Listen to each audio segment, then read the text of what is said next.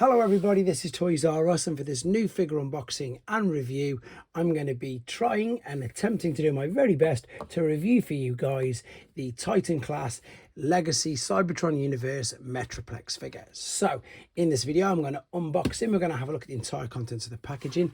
I'm going to try and show you him in all of his modes without having to move the camera around too much, and we can see how he looks and fares against some of the other Titans as well. So yes, I know this is brand new for me, and I know obviously this has been out for quite some time, but I got this at Christmas, which was when I moved rooms into this room, and my review station is even smaller than the last, and I just simply haven't had the space or the time, and I haven't done myself any favors because it's now well over a year old, and I hope people still want to see this, to be honest. But we can see that it's going to take 52 steps to transform from robot into, I'm presuming that's an excavator mode, and again, as usual, I've not seen any video reviews on this. What I can also see is you can combine this part with him, I suppose, in different ways. And yeah, because I've been meaning to do this for so long. Oh wow, look at that artwork that I'm on the side.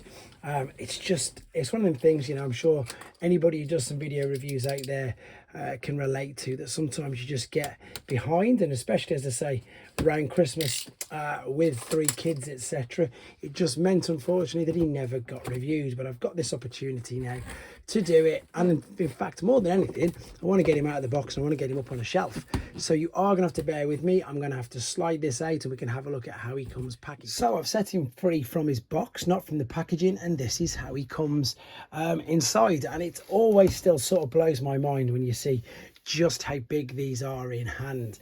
And yeah, as I said, I did mention in the first part that I'm very late to the party with this, but at the time of me filming this, it is TF Nation this weekend, and I know a load of people who are, funnily enough, after him still, because when he first came out in the UK, he's like £200. He was so expensive, it was crazy prices, and that's one of the main reasons why I didn't buy it when it first came out. But since then, and I got this just before Christmas at a crazy, I think it was the Black Friday prices, to be honest, hugely knocked down price, and I know a load of people who are hoping as well to find one at a similar price at TF Nation. But so that's the reason why I'm doing it. Yes, I'm late to doing it, but again, I suppose it's just like doing a retro review, better late than never as well. So what I need to do is set him free from that, and again, come straight back to you. Okay, so I've set him free from the packaging, and I've got to confess straight off the bat, I'm really annoyed at myself because this guy is spectacular. He's stunning.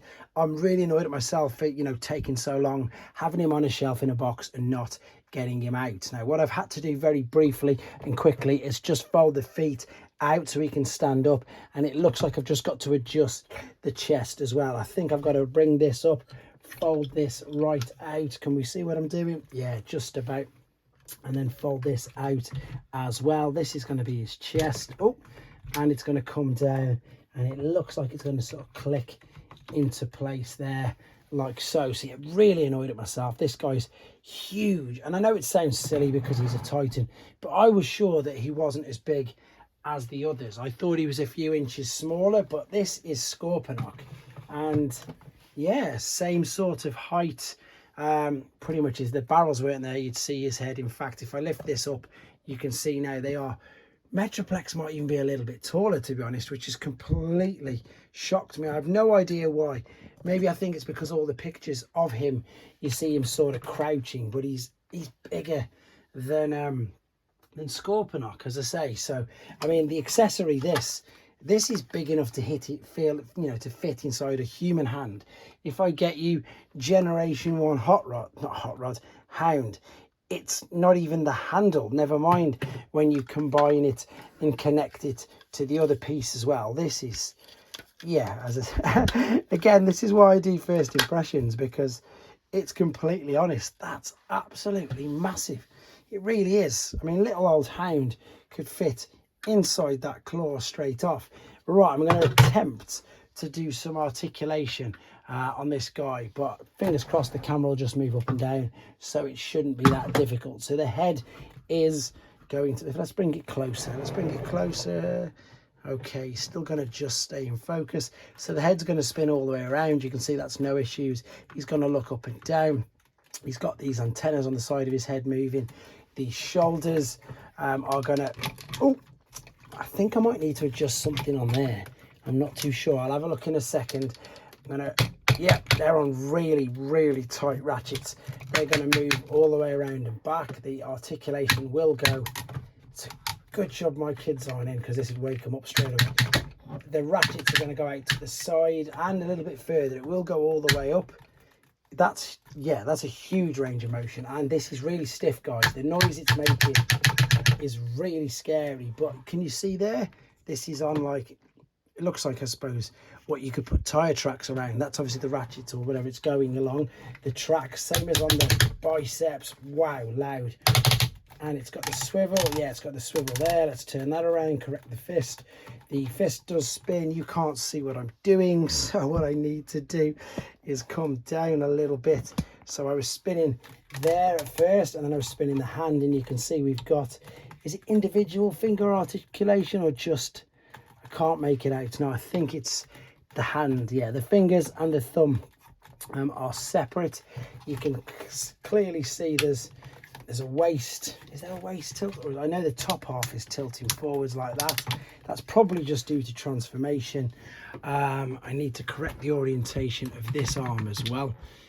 I think that is, as I say, no, it's going to tilt. No, it's not going to tilt. That's just the top of the thighs. Again, huge ratchets. They're on swivels underneath the hips. The legs will come right out to the side. The arm just got in the way. It'll kick all the way forwards and backwards. This is incredibly difficult because I'm literally at arm's length trying to get this guy to maneuver around. Yeah, just blown away, as I say. Really annoyed at myself. Let's get him standing up anyway, and now I'm going to just put his accessories in his hands and just make sure that I've got him looking exactly as he should. So I've moved the camera back again, so hopefully I can show you what I want to. I've got this love-hate relationship with the Titan figures, which I'm sure you'll probably all agree. I love them. They're just absolutely amazing, but they're just so big. That's the only reason. I don't think that hate's a strong word. Love and minor annoyance with Titans. What I'm doing is I'm turning the hands around like so, because what we've got on this giant accessory, we've got a handle there where we can grab and a handle here. So yeah, so the only negative thing is the price and indeed the size of them, because they just take up so much space. And then on the same hand though, the best thing about them is the size. And I just can't imagine how much work it would take to go into making these and to, you know, with the ideas across. Now obviously you can pose that much better. I'm just giving you an idea of how you can do it. This will fit in there much better. I just want to, as I say, just give you an idea. I think if I was to try and come around the other side and show you how tall this is, it's just blowing my mind at the moment of how big it is and how detailed it is. The best thing about this now as well is, as I keep saying in all of my videos, I've got no experience at all of the Unicron trilogy, so this is a completely new figure as well. I've also worked out that of course he does have a waist swivel as well, which you can see. Now that is of course going to come out because I haven't fully attached it into the hands. You can see you've got all the markings there and the fit, and it will fit and close into it. You can as well, if you wanted to, you can separate this like so. That just clips together really easily, and you could have him wheeled in a claw, and you could indeed have him just wheeled in this. This again moves up and down. You've got a choice of how you want to attach it to him.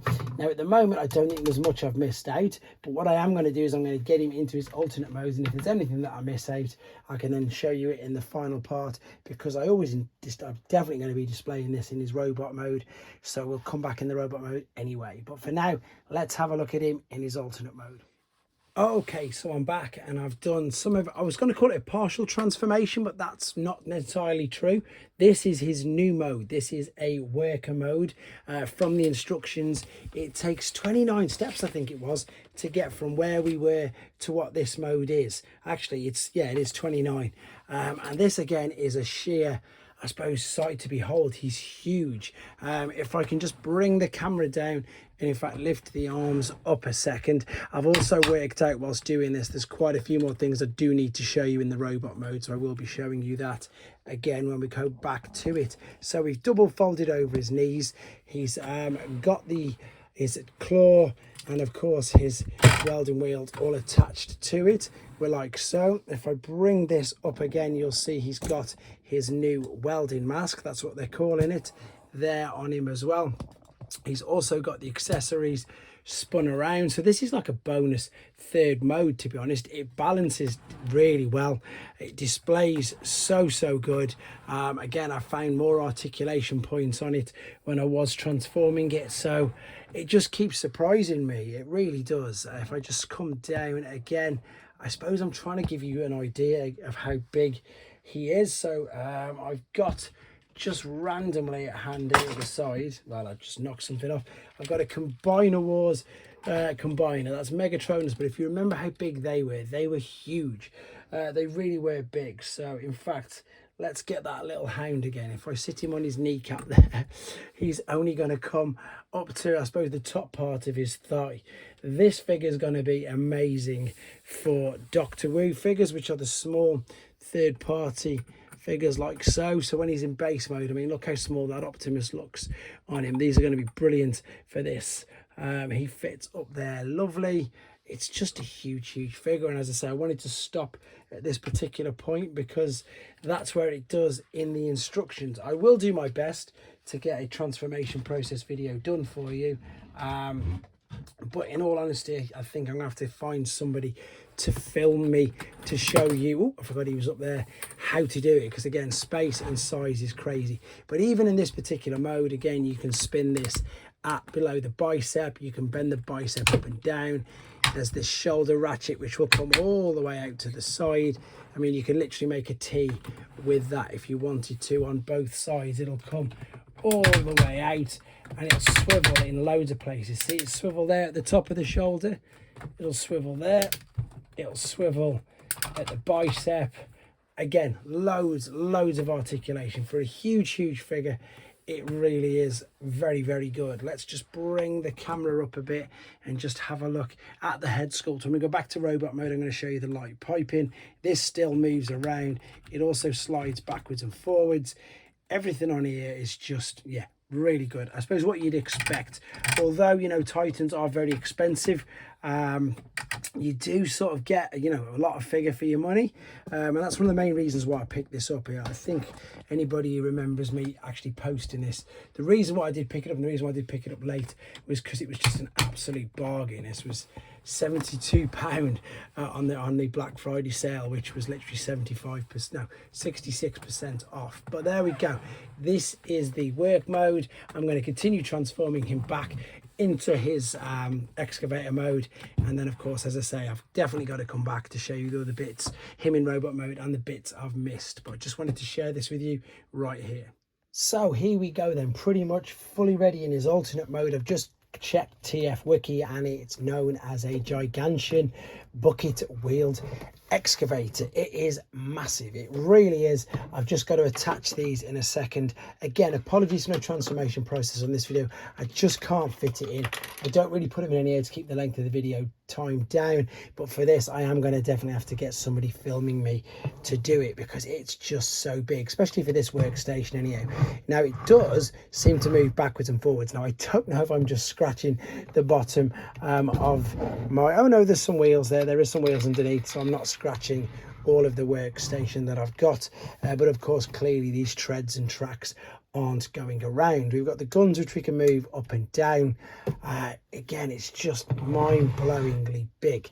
If I spin it round this way, we can then attach all the parts to it as well. So again, same connectors. This is going to tab in to here. Can I reach just about, I think, yeah, that's gone in.